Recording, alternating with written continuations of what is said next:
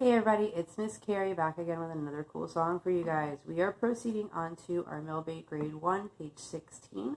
We're going to be going over Amazing Grace, so I'm going to zoom this in so you guys can take a screenshot if you like.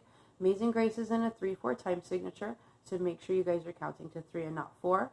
The song also contains pickup notes that we previously went over. Remember that with your pickup notes, if your first measure doesn't add up, we're going to look to the end of the song so we know how to count. So if I have to count to 3 and I count 1, 2, the leftover count is a 3. So I'm going to actually start off counting the song with a 3. The song is actually going to also contain ties. Remember with ties, we play the first note and we don't play the second note. The second note is going to be sustained. Okay, so keep that in mind. Remember, our letters are not there to help us tell us what letters they are. Those letters are teacher accompaniment. Those are chords. So don't use those letters to help guide you, because even though this says G, it's not referring to that. It's referring to a G chord. So this song is going to contain the open D string, 4th string open. It will contain the E note on the 2nd fret of the 4th string. It's going to contain the G and the A from the 3rd string notes. And it's going to contain the B and the D from the 2nd string. So there's actually no C's on the 2nd string, and there's no E string notes, and there's also no F's on the 4th string. So if you want to do a little practice run of these notes before you play the song, you want to practice D, E, G, A, B, D, going from your 4th to your 2nd string. If you feel confident with that, go ahead and play it with me now. So get ready, here we go. Okay, so super easy song. It's a super popular song. It's something that a lot of people will recognize when you play. It's a common church hymn, so sometimes that makes it a little bit easier. The song also contains a lot of open notes, and in your introduction to eighth notes, this is your first song that contains eighth notes. It's a very slow song, so keep in mind you're not really going to be moving fast through those eighth notes. You're just going to be playing relatively faster than your quarter notes, so keep that in mind. It makes it a little bit easier to understand.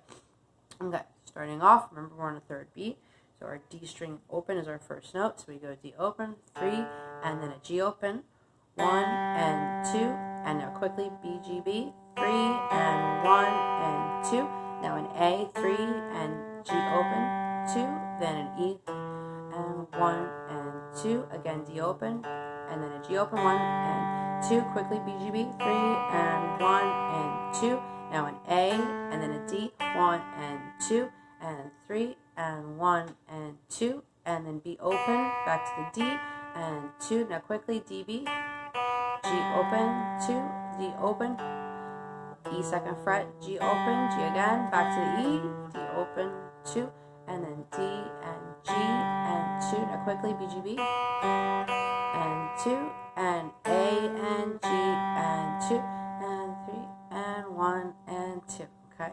So let's go one more time. I'm going to tell you guys letters. I'm going to start referring to the D on the 2nd string, 3rd fret as the high D. So you'll have your high D will be your 3rd string, 2nd fret. And then your open D is going to be your 4th string. It's going to get really difficult for me to say letters with you guys after this point, because we're going to have more and more duplicates, and we're pretty soon getting into where we'll have triples.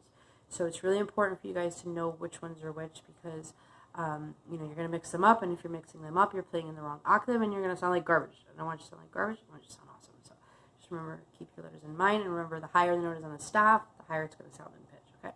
Let's take that one back again from the beginning. I'm just going to tell you guys letters this time. I'm not going to count, but I'll keep a rhythm at a slow and easy pace, okay? So from the top, count on 4. 1, 2, 3, 4. D and G and 2. Now B, G, B and 2. Now an A, G and 2, and E and D and 2, and D and G and 2. Now quick, B, G, B and 2, and A. Now to the high D, hold it, 2 and 3, and 1 and 2, and B open, high D and 2, high D again, back to B, G open, 2, and D open, G and 2, and G, G, E, D and 2, and D and G and 2. Now quickly, B, G, B and 2, and A and G and 2, and 3 and 1 and 2. Okay. We're going to do another one. I'm just going to count for you guys this time. I'm not going to tell you guys the letters, okay?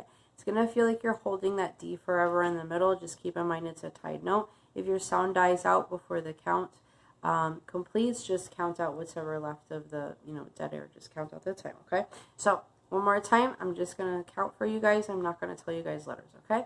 I'm going to count on 4. 1, 2, 3, 4, 3 and 1 and 2 and 3 and 1 and 2 and 3 and 1 and 2 and 3 and 1 and 2 and 3 and 1 and 2 and 3 and 1 and 2 and 3 and 1 and 2 and 3 and 1 and 2 and 3 and 1 and 2 and 3 and 1 and 2 and 3 and 1 and 2 and 3 and 1 and 2 and 3 and 1 and 2 and 3 and 1 and 2 and 3 and 1 and 2 and 3 and 1 and 2.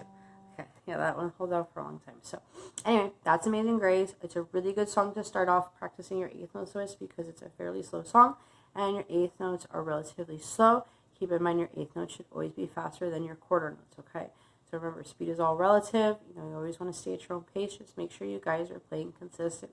I do prefer you guys to play to a metronome. I'm sorry I haven't been running my metronome with my videos.